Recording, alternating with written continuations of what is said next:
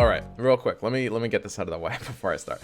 Okay, so for the last week, I know I haven't been streaming a lot, and a lot of people who watch me on Twitch are are wondering why that is. So partially it's because Underlord's kind of like kind of dead a little bit, and that makes me kind of sad because I really liked the game, and I was looking forward to playing it for longer than that.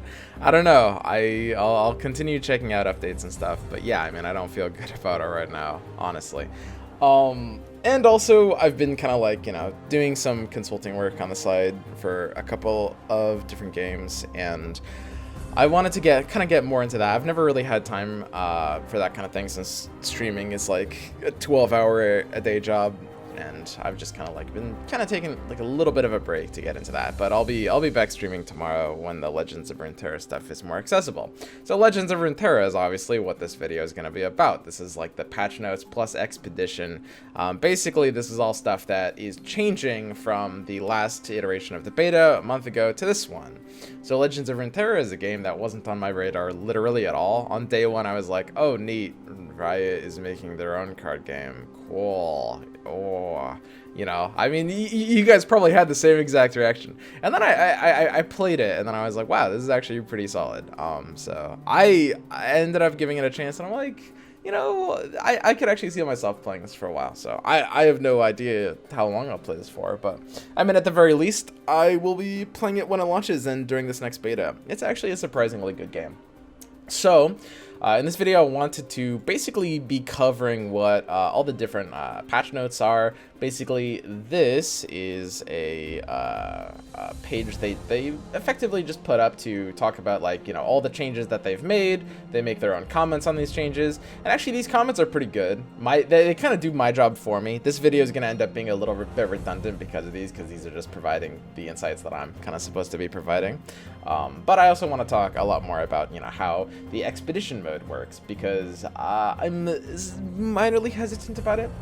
So Legends of Runeterra is a game that actually, it seems very cookie cutter at first, just like at first glance, but it actually does a lot of things fairly differently.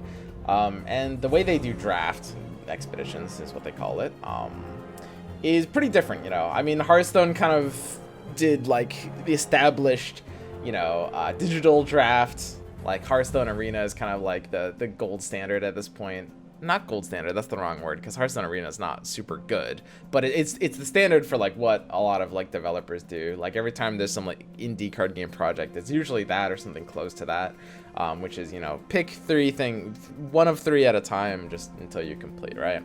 So Expeditions does a lot of things differently, right? And Hearthstone plays to 3 losses, right?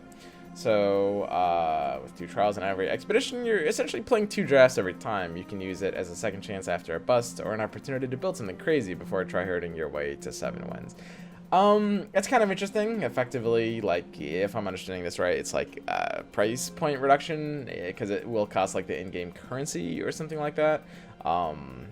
Or it'll at least cost you like the ability to play it, because I believe you can only play a couple every week or so. And this is all like, so a lot of these changes I don't know exactly how I feel about, but Expedition is going to be playable literally tomorrow. So I will be playing it tomorrow, and I'll probably have a better idea then. So this is just kind of a first impression sort of thing. Less stress losses.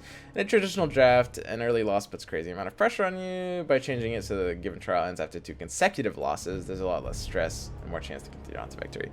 So what that means is, instead of, in a normal draft, it just counts your losses, and when you have X losses, you're out, right? Usually 3. Usually you have like kind of 3 lives, and you play until you lose a 3rd time, right? Now what they've changed it to is 2 consecutive losses. So if you lose on your first game and then you win on your second, it kind of wipes your slate clean, right? This is interesting. I'm hesitant about this one. I don't know how I feel about this. I want to put some context down here, by the way. Runeterra is a game which I ended up hesitant about a lot of their decisions until I like played on them. In terms of like they're just game engine decisions with how certain mechanics can interact with each other. I actually don't. I have very, very few disagreements about how Runeterra runs as a game, which is not something I can. That's not something I'm really able to say about almost any game I've played, by the way, which isn't necessarily like the single most important thing, you know? Like when games do more complex thing, I'm not jerking this off. I'm not saying Runeterra is the best game I've ever played. It's a different sentence. But when games do very complex things, usually they kind of mess it up. You know, when you try to do something too crazy, it's like it's too easy for there to be rooms for mistake. And like, don't get me wrong, Runeterra doesn't do anything that's like super groundbreaking out there.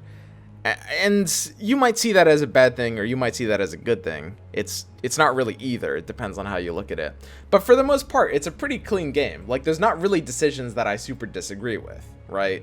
And that's, you know, when you have a simpler concept for a game, that's an easier thing to accomplish, right? So it's not really exclusive to Runeterra.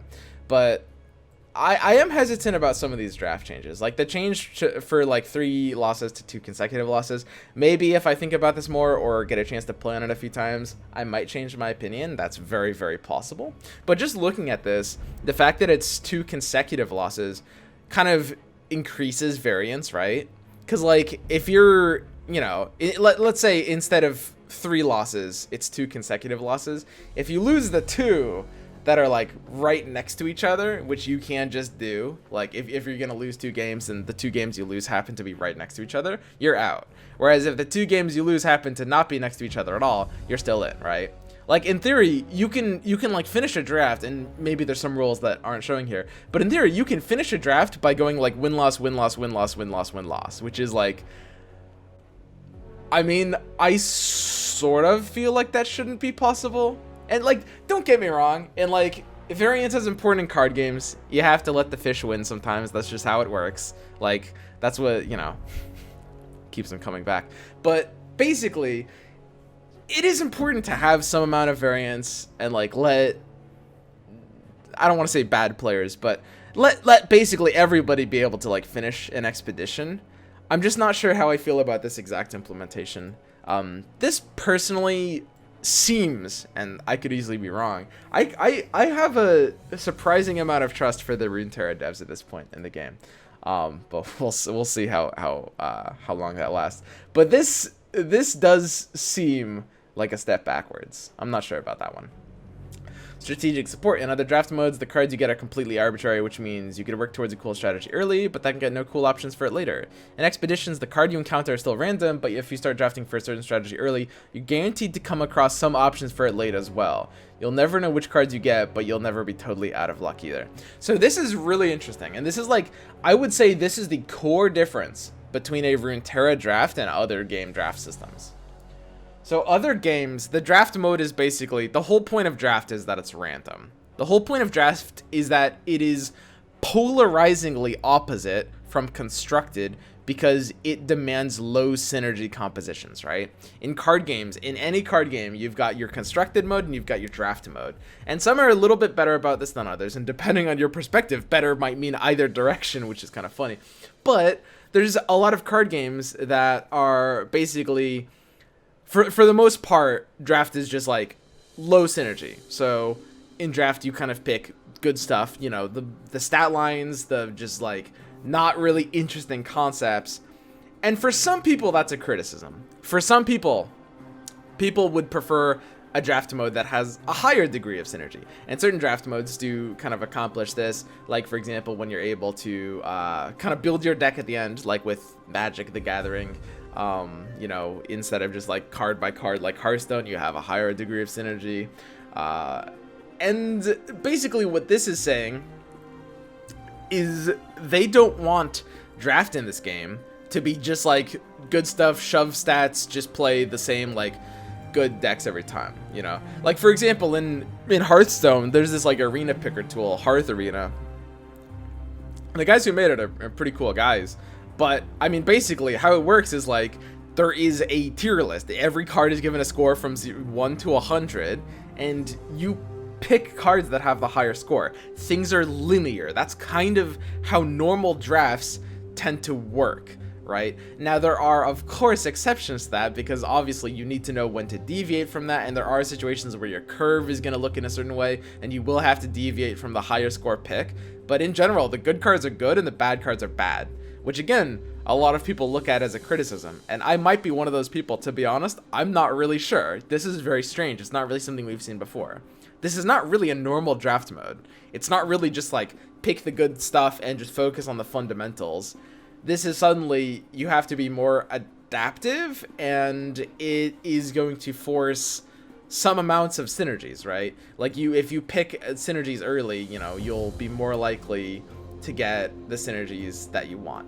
I'm inclined, and I don't really know, this is a weird change, I'm inclined to really like this. I think it has the promise of making draft still drafty, but less polarizingly opposite, still kind of with the in the line of what constructed is meant to be, right? Because, you know, you're gonna have some level of synergy. And there's another advantage to this as well, which is specifically that you're going to be able to have a game with modes that aren't polarizingly opposite, if that makes sense. And that's really, really important. So let me talk about that a little bit. When you're designing a game and you're creating different game modes for your game, and the game modes are specifically use the same pieces, that's important. And if your game modes use the same pieces or cards or whatever, duos and underlords is another example, draft modes in any card games is the example. The fundamental rules of the mode are different, but they use the same cards. When you have that situation, as a designer, you don't really want the two modes to be polarizingly opposite, because when that happens, they're basically unbalanceable. And that's kind of the one problem that I kind of have with duos and underlords. If I had to pick a problem, because duos is my favorite thing about the big update, I think. But basically, the fact that it's so different from solos means it's kind of going to be impossible to balance with solos moving forward, thinking about the future. Because, you know, in duos, you know, rolling is always going to be a lot better in duos than solos, unless they change something about how the fundamentals work, which they can do. But until they do that, rolling is going to be better in duos than solos. And in solos, leveling is going to be better than in duos. So you have these two things, and they're always going to be adjusted. They're going to be offset, right? So when you increase one, something is going to get lower, right? So for example, if you want to balance things perfectly, I'm going to use the Bob Ross face on my shirt is going to be the third level of just balance. If things are balanced perfectly, you've got, you know, solos up here in terms of level value and duos down here, right? Or if you want to make duos balanced, then solos is going to get imbalanced this way. If you want to make solos balanced, then duos is going to get imbalanced this way, right? You see the point, that if you have them at such different concepts and one concept is just so much better than the other, either a card you print is only going to be useful for one or the other. And we've seen this in like Hearthstone. Like when you look at like Hearthstone and you play Hearthstone for a while, a lot of times, like, you know, during like the tier list reviews, you can look at a card and be like, oh, this card is, you know, good in draft, right? Like this won't be a good constructed card, but it's kind of designed for draft. Or, oh, this won't be a good draft card, but it's kind of designed for constructed. And of course there are situations where you have both, but the problem is there's a lot of the cards that you print that are kind of only going to be good in one of two modes, right? And they're trying to basically, what they're doing is they're changing the difference here, if that makes sense, right? Instead of like this wide difference, they're making it like this, which means things can be a bit more balanced. You can have cards that are able to be, like high synergy cards that are able to be used in draft, which I think I really like. On the downside, it means draft might not have as much of a unique feel to constructed. And don't get me wrong, it still will feel unique, but it might not have as much of a unique feel. I think I do like this change, but it's really hard to say. That being said, again, this is, most importantly to understand, this is like the single core philosophy change here. Accessible and competitive. While we made changes to make our version of draft more accessible, it's still a challenge for those who want to compete. Sudden death means 7 wins is a real accomplishment. Less than 10% of the players will succeed. And there's potential to combine 3 regions in your deck compared to 2 in a normal game. So this is another thing too.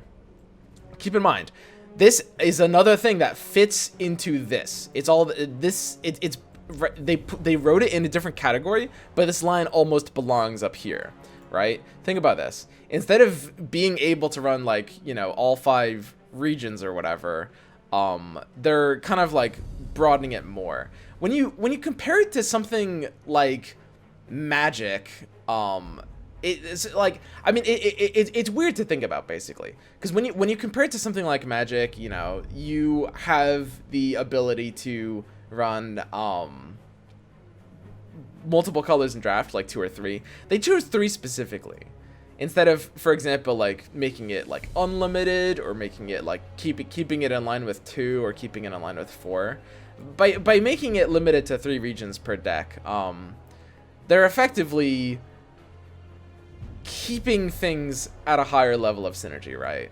Like, they could have had this number be higher than 3 and it wouldn't have created balance issues at all, but they're keeping the synergy levels up, right? We don't want to give anything away, but we're excited to see what new combinations you come up with. Expeditions is great player, yeah, great mode, challenger skills. Simply looking out for something fresh. Draft is a chance to explore Legends of Runeterra in a totally new way. So this is actually something I was talking about, and we're about to get into patch notes here. But something I was talking about a while ago when I was playing Mythgard was, when you are looking at draft as a mode in card games, draft is almost, I personally say, draft is almost not really a secondary mode as much as it is kind of your introduction to card games. Like, when the card pool is, draft is just a logical choice for new players in your card game, right? Because the card pool is, and not necessarily a lot of players play card games like this. I know a lot of people that do, but when you're new to a card game, it kind of makes sense to just jump into draft. It's less challenging to like know all the cards than like a constructed player, because you can just like, I mean, you can use card game fundamentals to just determine like pretty accurately, not always, but pretty accurately, like what's good and what's bad. And then you can play without having a collection, right? So draft mode is kind of it's pretty important to flesh out, because for a lot of people, it's gonna be just how they experience the game when they're new to it, right? Like before they have like a full collection, while they're waiting to do their like quests or whatever. And you know, the economy of Runeterra, like you're gonna get cards like faster than other games without like packs or whatever. So it shouldn't be like as big of an issue there, I guess. But for the most part, like, I do see draft not necessarily as its own separate mode, but as sort of like how it makes logical sense to play the game for the first week or two. So it's kind of like important. It shouldn't be shoved to the side. And I know like Hearthstone famously has a draft mode, Hearthstone Arena, which is like really secondary, which I dislike. I think it's important for your draft mode. Maybe they're better about it these days. I just remember when I played, it was like the devs didn't really care about it, and a lot you could tell like it was just some secondary mode that only weirdos played. And I think it's important to kind of embrace draft into your system. So I think I overall like what they're doing to it, but we'll have to see. I like that they're at least trying to be different, right? That's kind of the most important thing, especially because like card games are so oversaturated. Like there's so many goddamn card games, and so many of them aren't even trying to be different, which just boggles my mind, right? Like you really do need to like set yourself apart. So card updates, let's get into these. There's actually quite a lot of patch notes here. I mean, you guys can tell just by looking through the time on this video, but like looking through here, this is like how much they're changing, which is really cool. Holy shit, I'm gonna be here for a while. Okay, I'm actually gonna have to go like fairly fast through these. Okay, so Lux got bumped up 1 mana. This is actually a buff. I've seen you cast 6 mana of spells this round. Gets into basically you get a fleeting final spark for free. And also she is a 3/4 instead of a 5/3, which is kind of a better stat line for her anyway. She doesn't really want to be like super offensive. And when she levels up, instead of 6/4, she's 4/5. She still gains the +1/+1, but it's on her different base stat line. And when, you know, you've seen cast 6+ mana on spells, she creates a fleeting final spark in hand, basically. So the big difference here comes down to what final spark is as a card. They made it, instead of 6 damage deal 6, 6 mana deal 6, it's 0 mana deal 4. That's a big deal. It's a 6 mana discount. I mean, they reworked this, right? And this is the line of saying that this is a rework. This isn't really just a balance change, because they've changed like so many numbers here. It's very different, right? So final spark just being like free mana. Obviously, this is worth it. Having like 2 less damage. 2 less damage doesn't do that much, but like 6 less mana means you can just use that, especially at its burst speed. Iconic character, falling short of a champion bar, so the power curve was just like it was too far below it. Tough to build around, didn't have a deck to go home. Yeah. So this is definitely a buff. It will make this a lot better. Lux drops later in the game with more defensive stats, but it's much less clunky to level up and threatens to take over the game once she does. At the cost of slightly reduced power, Final Spark now casts for the excellent price of free, and you get one immediately upon leveling up to get the light show started. It now conjure 2 sparks in a single turn. 3 is technically possible. Overall luck should be easier to build around and level up, with satisfying, spectacular results once you do. So personally, and I'm not an expert on this game. I should have mentioned that.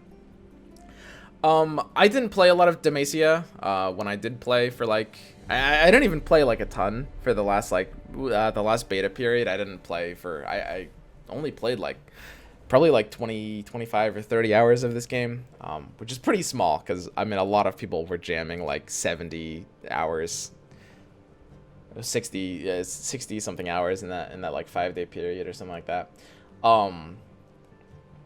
I don't really have Lux on my radar. Demacia, I don't think has like enough synergy for like, you know, the kind of like spell deck. Like obviously the point is you combine this with a region that does. It just doesn't seem like you have quite enough of a reason just with Lux. So I think that her biggest problem, like this is a buff to her numbers overall, I would say. Although, you know, the extra mana cost on her does hurt. It's a buff to her numbers overall, but I think that she's a little like misplaced, which isn't necessarily a bad thing. It just means she needs more support. Like Demacia needs a bit more spell support. They do have some. It just feels like there's not enough of a reason to go spells in Demacia. Like if you're in Demacia, you want to be running like you know, Fiora or that the big like +3/+3 your entire board combo or something like that. Feels a lot better than trying to like build around Lux in some way. Garen. So Garen also in Demacia. We're just going like champions in order for regions, I guess. So Garen got -1 to all things, including the mana, which is a buff overall, I would say. Like, yeah, pretty much being able to play him a little bit earlier is going to be a buff, especially because of his leveled up condition, which allows you to ready your attack. And here you can see the leveled up Garen is also the same thing. It's just -1/-1 to the stats. It's +1/+1 over the basic, but effectively they just -1 to all 3 of his stats, which overall should be a buff. Bit too narrow at his old price point and had better options, so we dropped his cost. Yeah, and Garen is actually something that could see more play. Unlike Fiora, he doesn't require like, oh sorry, not Fiora. It's gonna take me a while because I don't really know these champions. My mind wants to call them heroes. I never really played much of League. But yeah, so he'll have an easier time than Lux.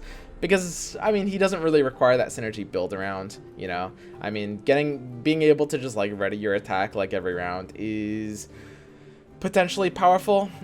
His ready your attack effect is just a lot worse than Katarina's, though.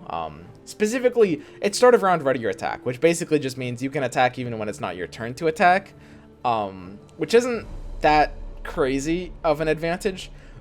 Like, when you look at Katarina's ready your attack, you can get that like every turn, right? When it's your turn to attack, you can attack twice on that turn. Whereas this is just like you can attack on the turns that you can't normally attack. So again, I didn't play much Demacia. I do think he has more potential now, but I don't know if I can say this card like will be good or not. I'll be playing a lot in the next like 5 days, and I'll try a bunch of different decks, and we'll see if Garen finds a place in my decks.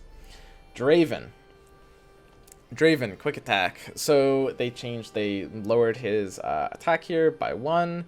Looks like they didn't change anything else about him. We want champions to be cards you can build a deck around, not just be automatically included for an archetype. Draven was pretty much used universally optimal in any Noxus aggro deck, so we're reducing his raw stat power to make sure you have to put in more dedicated effort to unlock his power.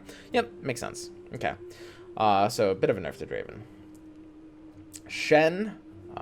Shen decks are often overlooked with tools to keep him and his followers alive. Yeah, Shen and Fiora was a very, very, very common combo, because all you have to do is keep Fiora alive with his barrier, and Fiora will just win you the game. He had so much health that it was tough to take him out, even when opponents can get past wall of tricks. Okay, I kind of agree with that. Opposing players to have a more realistic shot at taking Shen down. So basically, they just lowered his health by 1 at all levels without changing anything else. I'm down with that. This is gonna make him like fairly. You have to be playing for synergy in order to make Shen worth it. I think, you know, you have to be playing with Fiora or something else that you really want to like protect. So he's gonna be pretty weak outside of like big synergies, but I don't think that's necessarily a bad thing. That's kind of how the hero is designed. Thresh in the box. So instead of leveling up when 3 enemies die, he levels up when 6 enemies die. So Thresh was a really powerful part of. So there's a deck that a lot of people were running. I tried it out like a little bit. My boy Shalon made like a version of this, which was basically using like Shadow Isles plus Freljord, and it was effectively like a big ramp into Tryndamere, I think he was called. Like big ramp deck with like just huge dudes. And the deck was running Thresh as well, just because he was very efficient at what he did. Basically, this card was kind of a little, not necessarily OP, but very strong. So they removed his heal me by 1 when an enemy dies, and they made him need 6 enemies to die, but they gave him 1 extra health to compensate, which is not a compensation, of course. This is a nerf. And then you look at the other Thresh, and he does gain when the enemy dies, heal me 1. So when he levels up, he starts to heal when an enemy dies. And of course, you know, he gains the +1/+1. It's the same, like, looking at these, it seems like they keep all the ratios the same. So like, if leveling up gives you +1/+1 before, it keeps, you know, it gives you the +1/+1 now. But yeah, you get the heal me 1 when he levels up. And Thresh is the box. This was a weird card, by the way. It was kind of like, it was a counter to stuff like Zed. It was a really strange concept. For just like, enemies have -1 attack. When an enemy summons a unit that's around, deal 4 damage to it.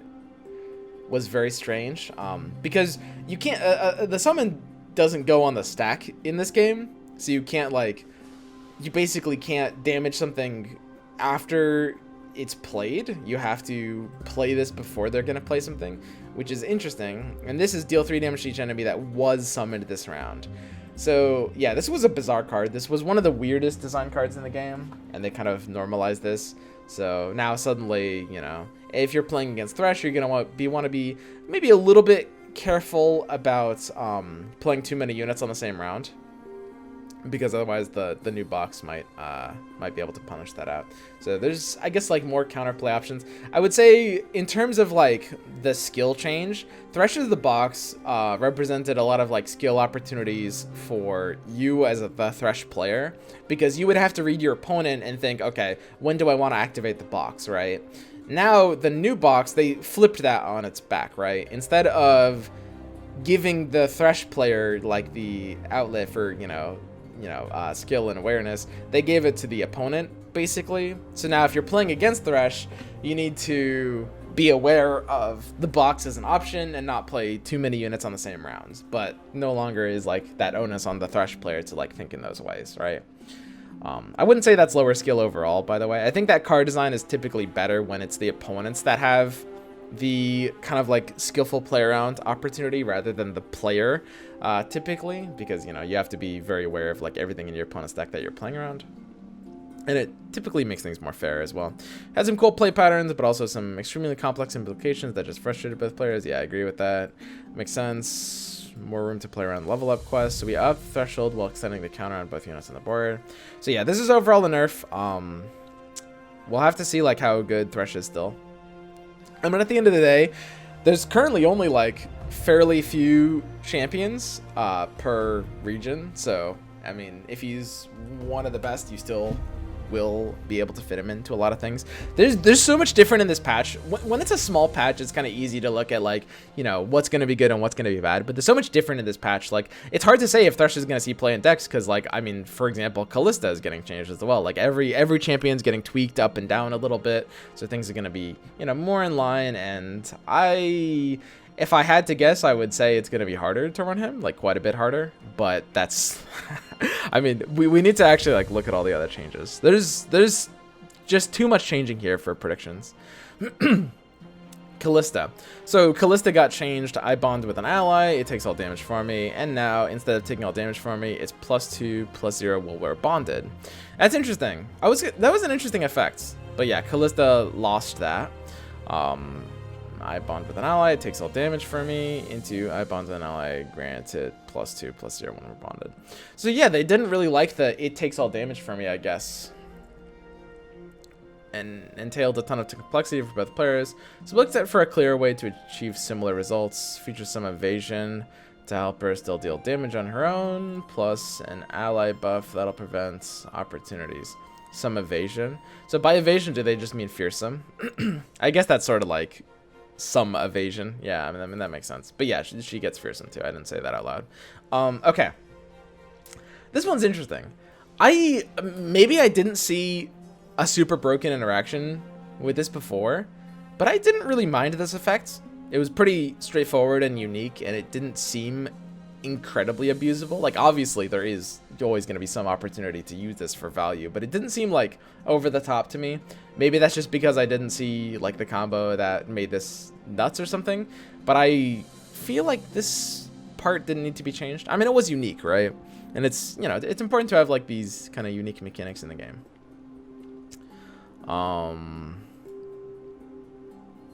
For the most part, it's hard to say whether this is going to be weaker or stronger, because getting fearsome for free is pretty nice. Like, her stats aren't changed, her level up condition isn't changed. It's just like she loses the it takes all damage from me, and she gets fearsome plus the +2/+0. I would say in general this is probably going to be a little weaker, but it's actually close. This is going to be stronger in some situations. Elise. Okay, so Elise, interesting. So they didn't change her other level, it's just this level.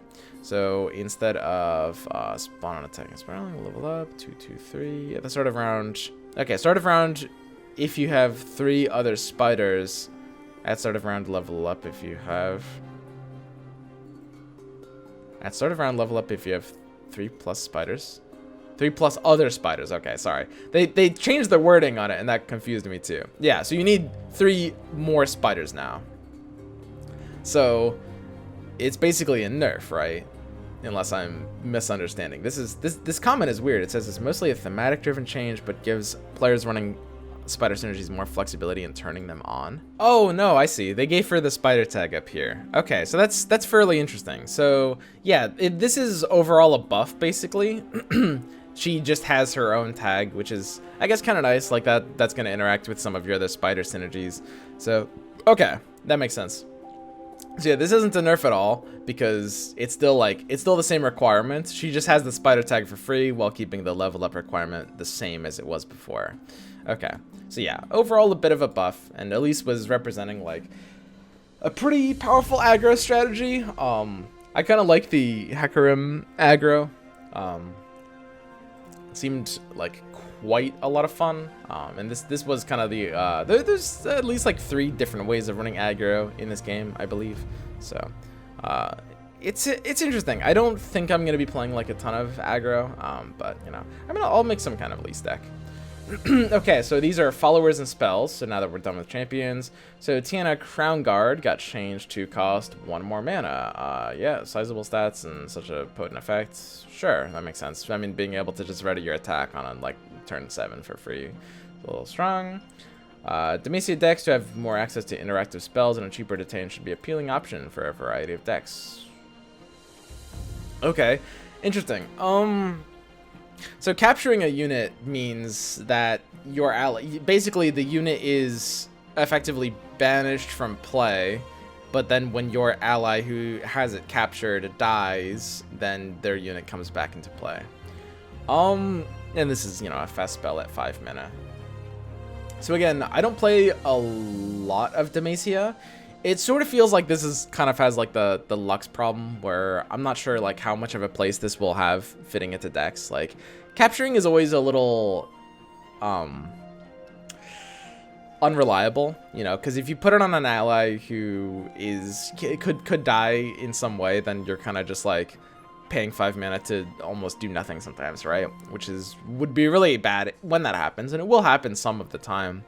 But also, like, Demacia feels like more of a proactive deck than a reactive deck. It feels a little bit like Lux, where it's kind of like Demacia doesn't really have enough tools to really play like this, and they're better off either just playing for the Fiora win combo, which could use Detain for sure, because it just wants to be able to, you know, shut out games. So like that deck might be able to use Detain. By the way, I mean, I'm referencing a lot of things. For all I know, like, something about Fiora got changed. Well, actually, we're at the point where champions are already done, but It's possible that like some of her combo enablers got changed a little bit, so who knows. But yeah, I think that like that kind of deck might be able to use Detain, but it's gonna be a little hard to run in general, I think. Mage Seeker Investigator. The old design wasn't particularly usable in any deck. And now it's more meaningful, straightforward role. So instead of a 2/2/2, it's a 3/3/3 with a different effect. Instead of discard a spell to create a Detain in hand, it is now if you cast a spell this round, remove all text and keywords from an enemy followers. Whoa. That's pretty interesting. If you cast a spell this round, remove all text and keywords from an enemy follower. It's too much of a meta call for me to evaluate right now. I need to play more of this game. Like, if you ask me like 5 days from now, I'll have so much of a better idea. Like after this next beta period, because this is like really early impressions for me, and I haven't gotten a ton of time on in this game. But this is pretty interesting. I mean, obviously, like, yeah, it mentions like built around the new Lux, which it might have enough synergy. I'm not sure. I feel like it's gonna be kind of on the weaker side of the options you have in Demacia. But this is gonna basically counter like specific things, removing all text and keywords. So for example, like, I don't know, let's say a Poro deck becomes good or something, and people are using like fluffed of Poros. Like, removing all the keywords and text from that is like pretty good, I guess. So, right, like, it just depends, because this is follower specific. Like, some decks this isn't going to do much with, some decks is going to do a lot. It's kind of like a sideboard kind of card. And one interesting thing is, like, we don't know how tournament format in this game is going to work. I assume there's not going to be sideboarding. I think sideboarding is fairly unpopular. And to be honest, I don't really like sideboarding as a mechanic. I know some MTG players like it. I think it forces all of your card design to be built around it. It kind of warps the card design in what I would consider to be an unhealthy way. By effectively turning spell mana into regular mana, Mobilize offers a rather unique effect that we think provides too much potential acceleration at the old cost. So yeah, they basically just bumped it up by 1. No disagreements there.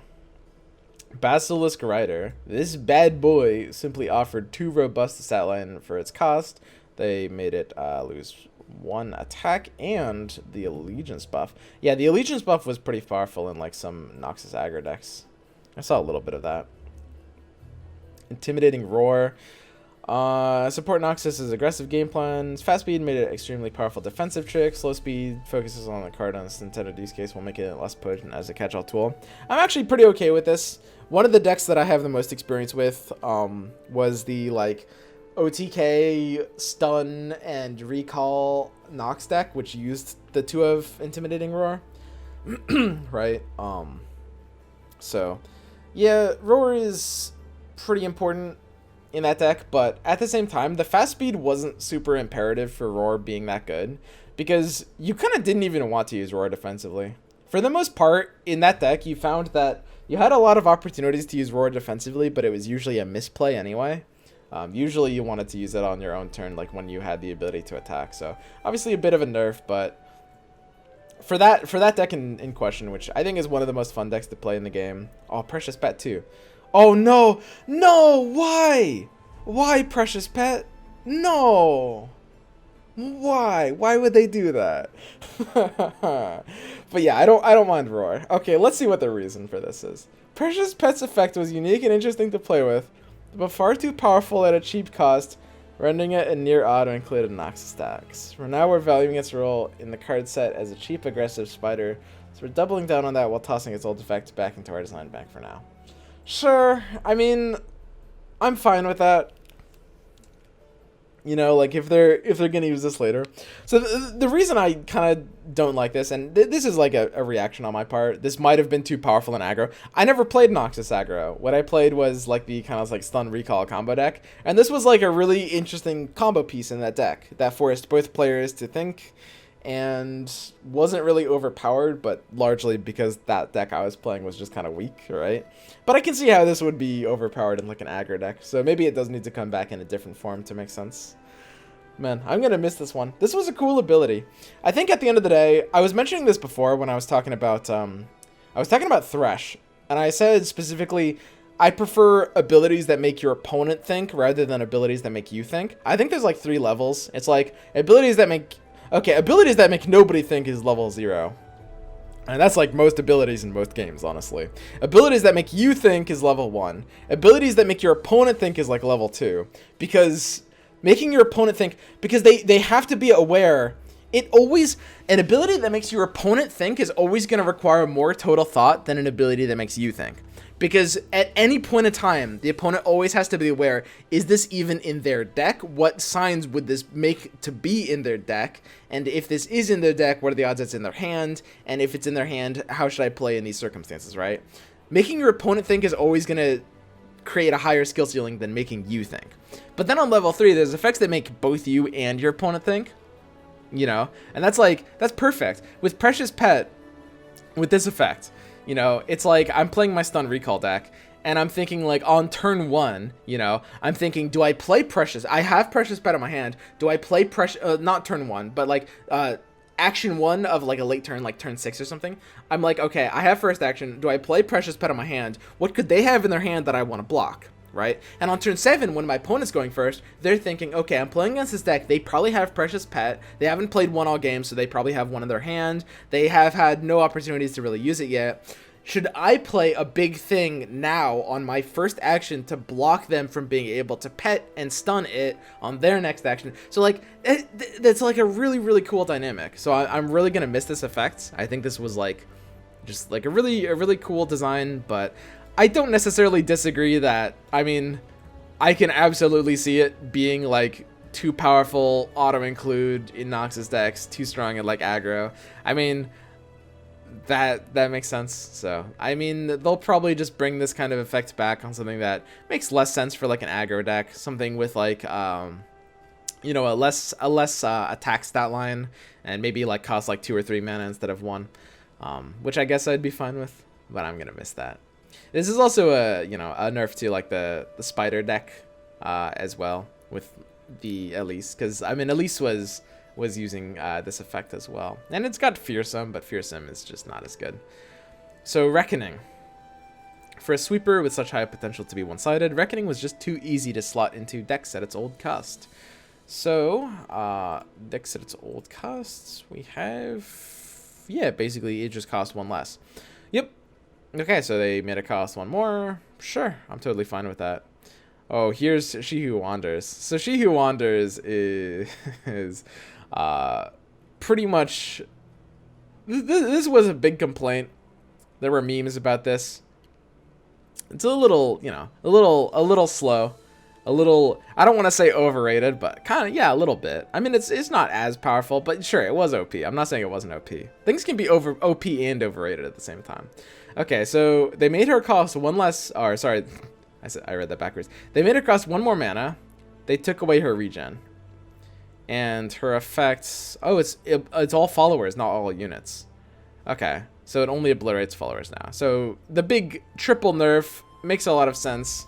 I mean, don't get me wrong, she was OP, I'm not saying she wasn't. And Balesight, yeah, Balesight is just followers. Balesight is just the skill. It's what the skill that she plays is called. This is just the same thing as her ability. But yeah, they just made that followers instead. This one was a tad overtuned.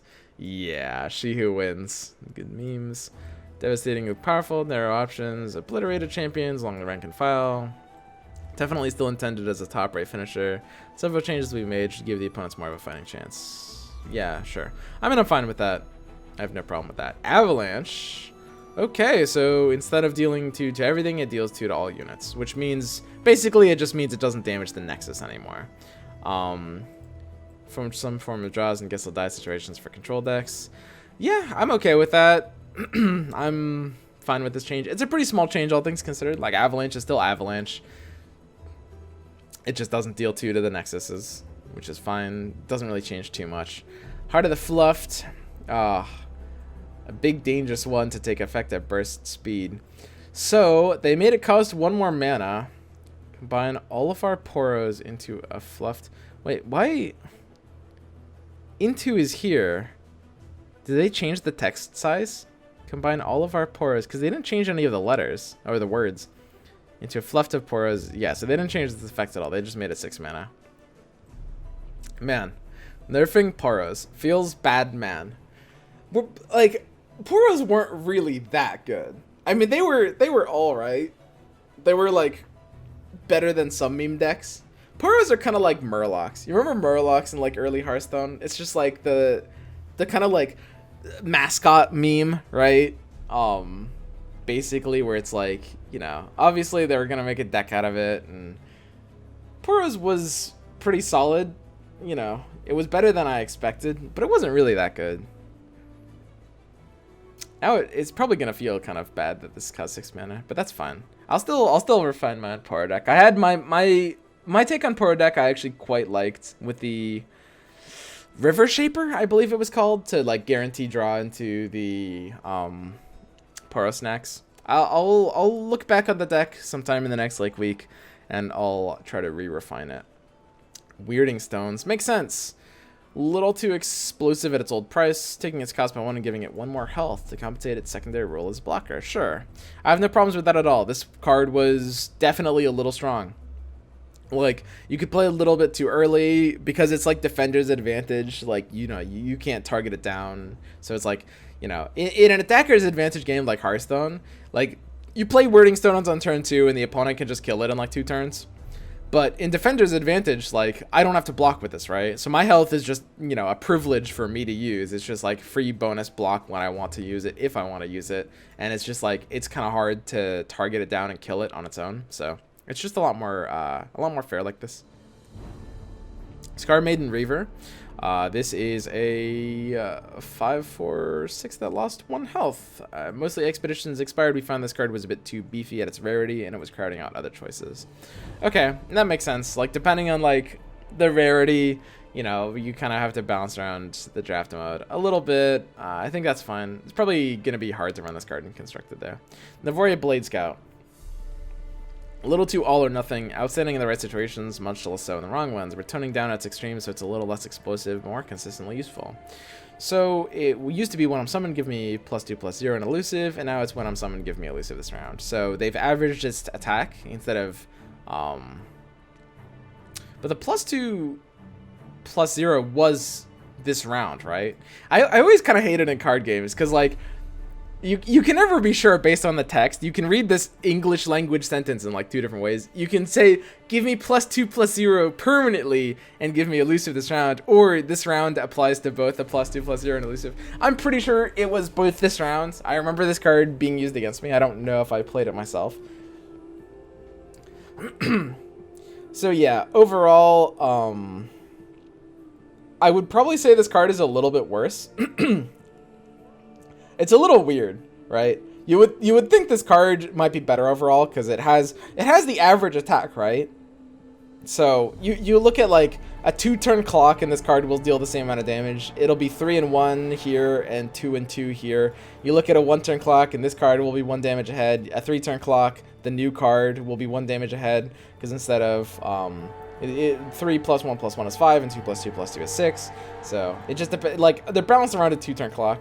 The problem is like you're often going to be wanting to push this like really early. A 2-turn clock, the damage is the same, and this doesn't get better until you're you know, you're clocking 3 turns. But the elusive is only this round, so overall it's a bit of a nerf for sure. You won't get that like free 3 damage that you got before. It seems like across the table they're nerfing aggro a bit, which makes sense, like because this was an aggro card. Sown Seeds, its old cost made Sown Seeds more narrow in usage than we'd like, and its potent effect enabled a particularly linear, all-in elusive deck that made for pretty non-interactive games against unprepared players. With that in mind, we're nerfing its power to rein in the potential for abuse, while lowering its cost to fit in the new power level and improve flexibility. So, 1 less mana, and it's +1 instead of +0. Huh. All-in elusive deck. Yeah, sure. I mean, I'm feeling that. I can see that. It feels like at this new card, it's really going to be hard to run this one. I don't know. I mean, you can still run it in like elusive things. Maybe I'm underrating this like new card. But I think that's probably fine. I mean, I can see how like losing to a Sown Seeds elusive deck might be kind of annoying. Karina Veraza. So this is another card that I played a lot of. And you guys might be able to notice, like, I mean, I didn't play a ton of this game, right? I'm commenting based on, like, you know, how I feel about the game in general, and, like, you know, insights that I have from playing a lot of, like, other card games, and a lot of the fundamentals apply. But for the most part, I mean, I've only played probably like 5 different decks in this game. Karina is in one of the decks I played, like the spell heavy P&Z deck. So they basically just bumped her mana up by 1, I believe, and her health down by 1. Oof. Large oof. Cautious with big stats attached to sweeper effects, and Karina's top end potential was devastating in the right deck. We love the interesting deck building choices presented, so we decided to keep it intact while increasing cost and reducing stats to bring her in. I think I'm not a fan of this one. And again, you guys might be able to notice, like, when it comes to changes for cards that I don't really play a lot of, like, I don't really want to comment in one direction or another. I'm not really sure, like, whether I think this is a good change or whether I think this is a good change. Like, I don't think it's an extreme change, and so I don't really have an opinion on it. But I played a lot of the P&Z spell deck. I would agree with this. Cautious with big stats attached to sweeper effects. I personally feel like she can only be in a deck archetype that was never really close to tier 1, in my opinion. It's really hard to talk about tiers in, like, the first 5 days of a game that nobody's played before. Like, nobody knows what the meta is. You know, metas are adaptive. Metas are like ecosystems, right? Like, even if this deck wasn't winning more, maybe, like, some other deck comes out in the ecosystem that makes this deck perform better. It's very, very possible. So, who knows about tiers? But it didn't really feel like it was very close to tier 1. And also, the +1 mana is a really big... I would say this is an over nerf. Because the way board sweep effects work is, like, they can only be effective when your opponent owns the board, right? And when your opponent owns the board, the difference between one turn, being able to play this a turn earlier, is going to be the difference between dying or not. And that's really, really important to understand. Because, like, when this card was good, you would play it on turn 8, and it would sweep the board and prevent a loss that would have happened next turn. Look at that situation. That is when this card was good. When this card was good, your opponent owned the board on 8. They were going to kill you on 9, pretty much, or reduce or make you really low health on 9, and then, you know, you would sweep it. And this card was good, and it provided, like, a reason to build around. And now you look at that same situation where they own the board on 8. You can't play this on 8. So they smack you on 8, and, you know, they have the ability to maybe just, like, kill you before you can play it. Now, that being said, what I might not be factoring into account here, because I'm using, like, card game logic, right, to feel like that I don't agree with this. But what I might not be factoring in here is the fact that you can only attack every other turn, right? Because you only get the attack token when you're on odds or evens, depending on, you know, what you start out with. So it's sort of like, when you compare it to a normal card game, if they make, like, this AoE big spell attached to a unit, whatever, if they make it 8 instead of 9 in another card game, they guaranteed get that attack on 8, and you're kind of dead before your thing comes in line. But here, it's kind of a 50-50, right? Because they can only attack on 8 instead of 9 if they rolled evens instead of odds. So it's sort of half as impactful as my brain is trying to tell me it is. So maybe this is actually okay. I don't know. It's interesting. It's quite interesting. You know, I do think that overall this didn't seem like it was attached to a super powerful deck from my perspective, so I feel like they could have just, like, nerfed the stats more without making it 9 cost, but it's probably still alright at 9. We'll have to see. It feels like this deck is going to be like a tier 3 deck or something, though. Maybe I'll be able to, like, refine a version of it. Okay, Assembly Bot. Another change driven by Expeditions, where Assembly Bot was core of a hilarious but extremely degenerate deck. While making changes, we're also taking the opportunity to simplify the card's patterns. So Assembly Bot, oh yeah, this card. I saw this card a lot, and I thought about playing it, because I played a lot of P&Z. I mostly played, like, P&Z, Ionia. I played, like, some Noxus, but P&Z and Ionia were, like, the decks that I played, like, a few different types of. Some Freljord. When you cast a 6+ cost spell, create a copy of me in hand, and then grant all allied Assembly Bots everywhere +1/+1. And it makes sense that this could be very degenerate in Expeditions, for sure. Because you can do a lot of crazy stuff like that. And now Assembly Bot is whenever you cast a spell, grant me +1/+1. Whenever you cast a spell? So yeah, this effect is only going to be active when it's on the board. I mean, to be perfectly honest, you know, they did kind of tone down the card. And, you know, I guess they probably had to. It makes some sense because it was probably a little too degenerate. I can see in Constructed this actually making this card more playable. Because I'm thinking about my like spell heavy P and Z deck. I don't I don't think I run quite enough spells to make this worth running. The thing is, like, you know, to really be able to make this good, so you have to think how many spells do you have to play while this is surviving to make it worth using. The fact that it costs 3 mana is just a bit too much. Maybe it should have been like a 0/1 that cost 2 mana or something. I don't know. I just feel like this is still a little too weak. Because, like, whenever you cast a spell, grant me +1/+1. So you're thinking to yourself, okay, if I cast 3 spells, then I'm kind of good here because I've got a 4/4. But it's more than that, right? Because you have to take 2 things into consideration. You have to take the risk of this dying before that happens, which can happen in a lot of ways. Maybe they use like a challenger unit to just smack it down, or some spell, some non-committal effect. But it can also happen... It's also slow when it does happen, right? Like, even when this gets to a 4/4, you're playing this, like, let's say you play it on curve on turn 3, let's say it dodges death, and let's say on turn 4 you play like 2 spells, so it's a 3/3, and then on turn 5 you play like 1 spell, so it's like a 4/4, and then you're like, oh wow, I got a 3 mana 4/4, that's good, right? No, because A, yeah, like I said, there's the probability of it dying before it gets to that point, but B, most importantly, it'll be really delayed, right? Like, it's a 3 mana 4/4 that you get like 2 turns later, right? So, and even like a 3 mana 4/4 vanilla is like alright, especially in like a more drafty format. It depends on the deck. But basically you kind of have to cast at least like 4 to 5 spells for this to actually be seeing what I would consider positive value. And that just seems like too much. It just like, I just look at this card and it's kind of sad, but it feels like it has like no place in the spell deck. And I like spell decks. I mean, that's a large part of why I liked Karina Veraza. I made like PNZ is probably my single favorite region right now, just because it has a lot of like interesting spell effects and interesting combo ability. Yeah, PNZ is definitely my favorite region for sure.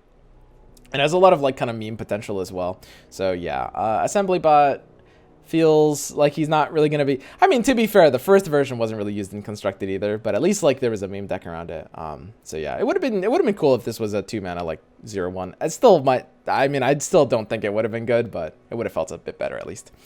Okay, Augmented Experimenter. Okay, so yeah, this one. Play, discard your hand, draw 3, deal 3 to anything. And now that they changed this, it is discard your hand, draw 3, deal 3 to an enemy unit. So basically, you can no longer hit the Nexus. Makes sense in stuff like Jinx aggro decks. Some Jinx aggro decks were like running these, and you could like ping the enemy Nexus with a 3. So I'm fine with that. That's basically like, it's not a really big change. It won't really affect this card's ability to be run in a lot of decks, just like Jinx aggro, I guess.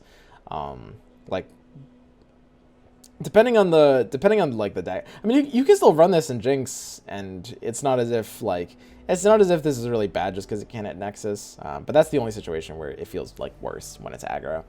Okay, so Chempunk Shredder also doesn't hit Nexus anymore. Yeah, I was actually about to mention this. As you can see from some other changes, a lot of incidental damage to the enemy Nexus in PNZ, and even Freljord with the Avalanche, all with the potential to be buffed by Funsmith. Oh yeah, Funsmith. Chempunk Shredder's intended role is unit control, so remove the splash. So they're just taking out a lot of like random Nexus damages. Sure. I'm fine with that. I mean, on one hand, you want your game to be fast enough paced that games don't feel too long. I'm a control player at heart. I do like certain forms of aggro if they're fun and if they're interesting. And I like Hecarim aggro for that reason, because it feels very unique. But I'm more of a combo control player at heart. So like nerfs to things that like hit, that like don't damage like these increments to the enemy Nexus, like that's fine by me. And honestly, these games were already like fairly fast compared to a lot of games I've played. I think like game duration is a really important thing to keep in mind as a developer. That matter to a ton of players. I mean, part of Underlord's problems was games were too long. Gwent had kind of the same problems at certain points more than others, where some games were just too long. But I mean, these games are already short enough that, like, you know, making things not deal damage to enemy Nexus might increase like the average game time by like, you know, a few seconds here, a few seconds there. But overall, like, the games are short enough that it's not a problem. I mean, I think that games being a little longer are probably a positive thing at this point. But we'll see. So Eager Apprentice, appealing follower for PNZ decks, built around spells, but we felt coming a bit too late. Ooh. When I'm summoned, refill your mana, and now it's one less mana and one less health. And it's only refill 2 spell mana. But this is still bad. I don't get it. But it's still, I mean, it's a tiny, is this even better? It was kind of a 0 mana 2/2, and now it's kind of a 0 mana 2/1. It's a bit better in some ways, because you can use it when you have like 1 spell mana. You know, that's true. It's more flexible. I do think this is a step in the right direction, but this card feels really, really hard to run.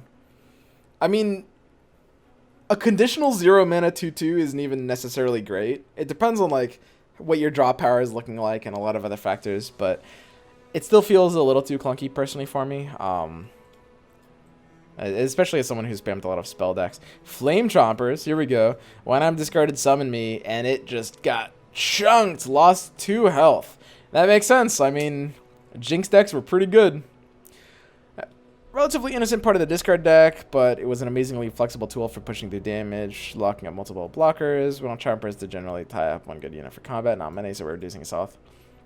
I think they could have made its mana 1. I mean, it's such a punish if you don't discard this, because you have to, I mean, having to play a 2 mana 0/1 is kind of the worst thing ever. Flash of Brilliance, whoa, a rework, goes down to 3 mana. Instead of create a 6+ cost spell in hand and refill your spell mana, now it's create a random spell in hand and refill your spell mana. A fun tool for the 6 cost spells matter deck, but the Lux changes give us the flexibility to streamline this card and make it a better fix for the Lux Heimerdinger deck.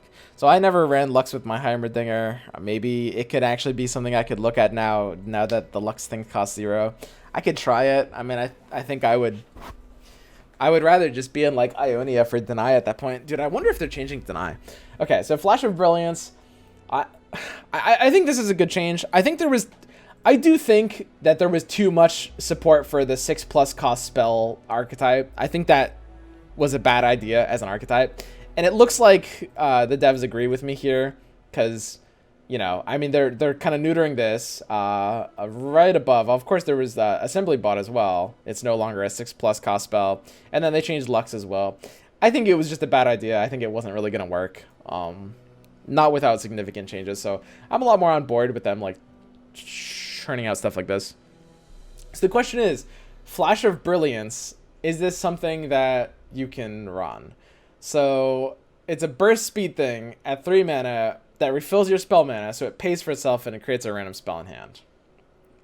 So conditionally it pays for itself. If you have 0 spell mana, which is not necessarily easy, by the way, but if you have 0 spell mana, this will cost effectively 0 mana, because you'll pay 3 mana and it'll refill your spell mana, which is, it's not actually the same as costing 0, but I can call it conditional 0 cost. And you get a random spell in hand, which means you have to ask yourself, why are you putting this in your deck than just the spell that you actually want, right? And the answer, there's only one answer, which is this triggers another spell, right? So for example, if you're playing, God, what was it? There was a golem type card. I can't remember the name. Plaza Guardian? Was that right? There's a golem type card that costs like 10 mana 5/5, and its mana cost goes down by 1 for every spell you've cast. And it's just general PNZ stuff that scales with spellcast, like Heimerdinger, alright? So the only reason you could ever run this is basically, it's a bad condition that gives you a random spell instead of a spell you choose, but it triggers an extra spell cast. I don't have high hopes for that personally. I don't think that's worth triggering another spell cast. But it's actually something that I could see myself experimenting around a little bit with. It depends on like the general spell population in the game, which I haven't looked through like every spell in the game, but random spell does not feel really good on average for like the price you pay for this.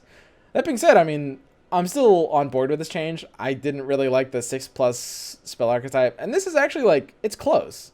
It feels a lot closer than before. Rising Spell Force. So buffing only spells are intended to be used on your own units, so we're updating this one for better clarity. So instead of giving a unit, it's given ally. Okay, sure. I like it in games when you can like buff enemy units or attack your own units. I think that's an important part of scalability in games. I think it creates interesting situations without cluttering up the UI or complexity in any way. I mean, I guess the worry is like brand new players will accidentally cast this on enemy things because it's like a spell, and if you're just coming off the tutorial, I don't like this reasoning. I don't like this at all, honestly. Just like the idea of if you're just a brand new player and you're coming off the tutorial, you don't want to like read this wrong and buff an opponent unit. But I mean, a lot of the cool things of card games is there will be rare situations, and they will be rare, but you'll feel so like 200 IQ when it happens, where, you know, you have a situation where you need to buff an opponent's units to maybe trigger some kind of effect that, you know, like Big Game Hunter, where you can only kill it if its health is, if its attack is above a threshold, or maybe you want that enemy to win a certain combat for some reason, like you want a certain thing to die. Like, it's just a cool concept being able to use, you know, things that are usually positive in negative ways, whether it's like buffing an enemy or damaging your own unit within limits, I guess, because there are some weird situations where this could be too strong, I guess. Pretty rarely. Very, very rarely. But I don't really like this line of reasoning. I mean, by that logic, like all like things should just target only allies or only enemies. And I don't really think that's worth it. I mean, this can only really be a downside if you're literally right off the tutorial, or just like you didn't read the card right. I don't know. Absorb Soul. Drain 4 from an ally unit. We don't think it's healthy for players to be able to kill their own units at burst speed without interaction. See, like this is what I'm talking about. Like, this is fine, right? Like, you know, this kind of change, sometimes being able to like kill your own units can be a little too strong. Kind of what I pointed out here, and they're just taking away the burst, you know. Some things don't need to be burst. Some things can just like allow them to counter it with like deny or interact with it in some way. So yeah, I'm totally on board with this. I do think there's a little bit too much burst in the game. A little bit too much. There's a couple of instances of burst that just kind of don't need to be there. Burst is sort of unhealthy because it sort of means you can't interact with it. The thing about burst is it did exist in Magic the Gathering. It was a concept, but it was a lot more rare, right? Like, it wasn't like slow, fast, and burst. It was just like sorcery, instant, and then like there were a few things in the game that had like the burst level speed, right? Effectively, compared to like how many sorceries and instants there were. So and that is a complaint that I've heard some people mention in the game, that there's a little too much burst, and I do agree with that. There is a little too much burst. Look at this, they took out another burst. I'm down with this. Kill an ally to draw 2. Shadow Isles, you know, you give it a little more counter ability. Absolutely. This is complementary to the Rising Spell Force Streak. We want Destructive Spell to be able to target any unit to provide synergies with the Damage Me and Kill Me unit like Brawn. Okay, so interesting. That's so weird. It's sort of backwards logic. They say this is complementary to the Rising Spell Force Streak. So they're making this one able to be used on your own units, which I'm totally in support with, but it's backwards of what they've done before, right? So they want buffing only spells to only be able to be used on your own units, while damage only spells can be used on any units. And I do see the logic behind that, because like it is a lot more rare that you would want to buff an enemy unit than you would want to damage your own unit, especially in Shadow Isles, where you could want to damage your own units pretty commonly. So I sort of see the distinction, but I don't know, there's still always going to be situations where you might want to buff an enemy unit. They're going to be very rare. Like, I'm talking about something super niche, but it creates like cool moments when it happens. You know, that's the kind of play that gets onto, what's that like Hearthstone series, Funny and Lucky Moments, Trollden series. Like, that's, you know, and those kinds of plays, like the kind of like the clips that creates, like when it does happen, it's like, it's fun to watch. It's really interesting. It makes you think. The box, see Thresh above. Yeah. Okay. So it's just the change we already talked about before. They're listing it here again, because it's, you know, it's something you can put in your deck. Warden's Prey. I didn't actually play around with this one.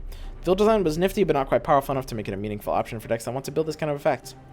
So it was Last Breath, drain 1 from the enemy nexus, and now they reworked it. Create and hand another Last Breath follower from any region that costs 3 or less. Seems a lot better. That seems like very, very, very significantly better. Huh. Okay, cool. I mean, this looks like an actual card all of a sudden. To evaluate this card like fully, we'd have to look at all the options that this could give you, which I can't really do in this video. I'll do it again like on my streams when I'm streaming this game over the next week. But this looks like it has a lot of interesting options. When you evaluate the pool, and if this pool ends up being like quite powerful, then this card's gonna be good.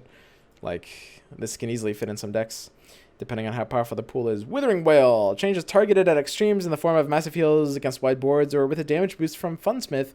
Could be frustrating to play against and offered an often overpowering tool for control decks. As Constellation, you got a guaranteed minimum heal to play around.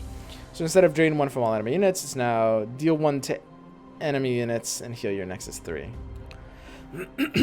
Yeah, okay, so basically they just want it to be less polarizing. Instead of feast or famine, kind of, instead of like huge swingy boards, they're kind of just making it, you know, it feels better to use it on like 2 units basically. And when it's already good, when it's hitting like all the enemy units, it's healing you a little bit less. Now, I should normally be able to say that this kind of change is a buff, because in a normal case scenario, increasing the floor of value while decreasing the ceiling is usually a buff. And the reason for that is like win more, because usually if you're damaging a lot of enemy units, you don't need that health, right? Where, you know, if you're hitting like a 6-unit board with this, maybe you're okay for losing 3 health, but if you want to use this to hit a 2-unit board, then it feels actually a bit better. The problem with this is specifically the math behind this. 3 is a little too low number for that to be true. And the other problem is that aggro exists as a concept. Like, the reason this card exists is as kind of an aggro tech. Whereas before it, like, you know, hit 6 units, heal your Nexus 6.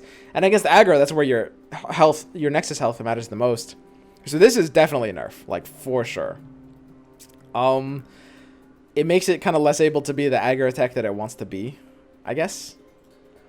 Brood Awakening. Okay, so this is like, you know, they made it 1 more mana.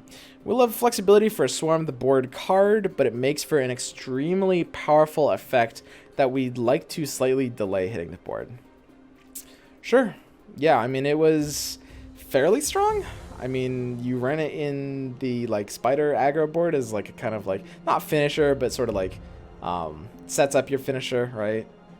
I mean, the thing is, like, in Runeterra, because you can attack the turn you play, like, this can be a finisher. And again, the thing to understand that's, like, that's weird in this game, keep in mind, this is the same logic I was talking about with, what's her name? Karina Varaza, where it's like, it's a timing-based card, right? So this is late. It needs to be at the time that's going to save you from the final attack that's going to kill you. Whereas the Spider card, it's kind of the opposite, but it's the same. Because instead of being the control version, it's the aggro version. It's still timing based. You need to get this on the clock. This needs to be on the turn where it hits big, and it's like, you know, that's where you're going to be attacking, and that's where it's going to be huge, right? You know, you're an aggro deck, you're running Elise. This is the turn where you're kind of hitting it all. And your instinct as a card game player is to be like, oh god, 1 mana, this becomes unplayable. Like, +1 mana is nuts in most card games. But think about it. Because again, same as Karina Varaza, you're only attacking every other turn. So this nerf is only half as impactful as it kind of should be in another card game, right? Unless, of course, you're running like Katarina or something. Because again, if you're attacking on evens, let's say you roll evens, you attack on 2, 4, 6, 8. If you roll evens, you're attacking on turn 6, the same as this, right? And if you're rolling odds, then you're attacking 1 turn slower. But it's sort of like, on average, this is attacking half a turn slower. And you might say, well, but you can block if you play it on 5, even if you're not attacking 5. That's true, but you're not really going to want to be blocking in most cases aggro. I will say this is like more than half a nerf. Saying half is a little disingenuous. It's closer to like 2/3 or 0.75 or something. But it's definitely, it's not the full nerf that you would expect out of +1 mana. Which is like, it's weird to think about, isn't it? That's so strange. But yeah, maybe this can still be playable. We'll see. The watch list. I love that they're doing this. This is cool. This is just like a good community thing. Like, they're basically listing cards that the community complained about. Some people complain about that they don't want to nerf yet, but they're basically, all they're saying is they're listening and they're aware that we have certain among us, not all of us. I mean, I personally don't have a problem with these 3 cards. I think Fura is probably a little too strong, probably. Deny is debatable. Deny is weird. Yeah, there's a lot of prongs in that argument. So it's kind of hard to talk about. But yeah, this is just them saying, like, don't worry, it's okay. We understand that these cards are kind of danger things, and we're definitely going to be open to changing them in the future. This is really cool. I don't really see most, like, dev posts do this kind of thing. I don't know. I've heard a lot of, like, kind of shade about Riot. I've never really played, like, a Riot game, and I know, like, every gamer is always like, oh, my dev is the worst. And I'm sure Riot has done some, like, bad things in the past. I mean, every dev you just hear is the worst. Like, people are like, well, Valve sucks, who play Valve games, or people who play Blizzard games are like, oh, Blizzard sucks. Like, everyone just hates their own dev. I've heard a lot of bad things about Riot. Nothing really specific. I don't even remember. I think, like, people complained about that, like, changing the league meta, like, too fast, and stuff like that. But I mean, I haven't really had a bad experience with them in this game. I know I've only played this game a little bit, you know. So I mean, we'll see, but I don't know. I like how they've handled a lot of things here so far. And it's also important to remember, like, you know, obviously, like, some elements of the company are going to be the same, but at the same time, like, typically project teams are going to be very different, you know, from other project teams. So we'll see. We'll see. But yeah, I'm very happy that they've added some of this card visuals and clarity. Okay, yeah, some visual effects change. In-game deck inspect. Looking at either player's deck in game now shows any champions included in the deck in addition to the deck's regions. Wait, what? Clicking on either player's deck in game? This is not... Am I understanding this right? I thought this, just like glancing at this, I thought this would be like a quality of life thing. Can I load into a ranked ladder game and click on my enemy's deck and see what champions are in their deck? In addition to the regions?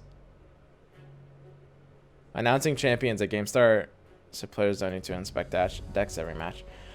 Interesting. I mean, it doesn't change that much, honestly, because at a high level, like, you're gonna kind of know what the deck is right away. And there is this, like, minor difference between Hearthstone and MTG, where it's like, in a Hearthstone at the start of the game, you know who their hero is. In MTG, you don't technically know what their colors are until they start playing lands, and sometimes it almost never matters, but in theory, they can kind of hide their second color for a few turns. It's just a form of, like, min-maxing, and every once in a while it will make a difference. So yeah, this is not just a quality of life thing. So you will be able to see at the start their regions. I think you already see the regions, and you can see what champions are in the deck. You might not be able to see the quantity, which does create the possibility for some interesting mind games. This is dumb. This is really dumb. Like, I expect, like, nobody's actually gonna do this. But in theory, if you can't see the quantity of champions, you can make the person think you're playing a deck that you're not actually playing. Like, let's say I'm playing a PNZ spell deck, and let's say I just put one Teemo in my deck, and my opponent might think it's a Teemo deck, and they might play differently. Again, that's dumb. Don't do that, but in theory, there could be two decks that play very differently that use the same champions. It's kind of weird.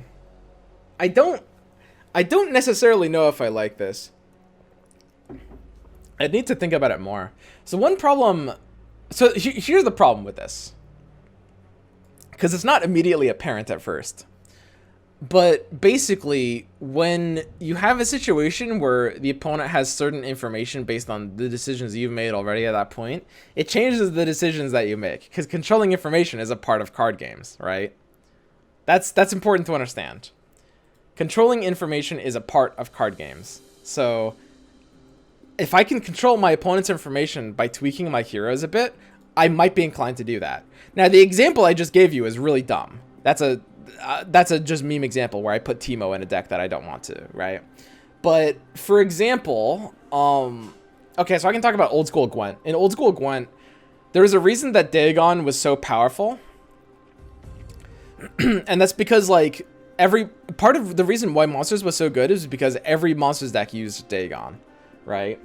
And because of this, when you queue against monsters, you have no idea what archetype you're playing against. And that matters for your mulligan, it matters for your opening couple of plays even sometimes, right? So like think about this with the context of two decks that play fairly differently. And for this, we'd have to have some examples of champions that are so good that they would be able to be played in like both control and aggro archetypes, which maybe there just aren't any in this game, and maybe that would just be a symptom of that level of imbalance if that were to happen. But I can definitely imagine a situation in the future where there's two decks that run fairly similar champions that play in very different ways. And what this change will incentivize is one of those decks will start running this, just one or two champion swaps to just use the same champions as the other deck. So that when you queue against it, people won't know which deck they're playing against. And again, an important thing in that statement is the two decks have to play in very different ways. Basically, you trap your opponent in like in a situation where they don't know whether they're mulliganing against like aggro or control. Again, maybe this just won't happen. It's just a bit of a concern of mine. We'll see. I'm not saying I disagree with this change. I'm just saying like that could be a concern. I've seen that happen a bit in the past, and in theory, this could like limit deck building options. But if they're quick about like balance patches, it kind of won't be an issue anyway. So I think that's fine. And deck building flow gets a bit better. Starter decks get a bit better. Dude, oh god, there's so many things here. This is such a long post.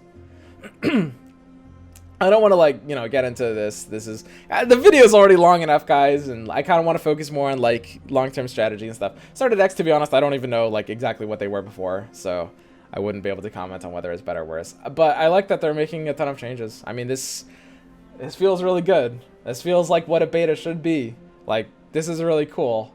I don't know. I mean, I know this is at the point where the game is like public. I'm just like thinking back to the Artifact beta where they changed literally nothing, right? And that's like, it's so crazy. Because, I mean, early days when I was in the Artifact beta, I was really excited. And then a few months went by and they changed nothing. And I was like, are they actually going to change nothing? And then and then launch day was coming up and I'm like, are they just going to launch this game without changing anything? And then they did. And then that was really bad and dumb. So, like, and I don't know how that happens. That's an industry mystery. But I mean, they're changing a lot here, and I really, really like that. And that's so important. Just being very responsive to a lot of things. And I actually like that they're not. I really personally like that they're not caving to the community on these. I think that there's a really, really big problem with dev studios these days, in particular games that I've played in the past. This has happened in Gwent, this has happened in Artifact, and this has happened in Underlords. All three games. Where the devs, after a certain point in time, basically just started doing whatever Reddit would complain about, right? That's really bad. I really like that the devs are, communicating that these could be issues, but they're not just going to, like, nerf something just because there's some amount of people that are baby raging.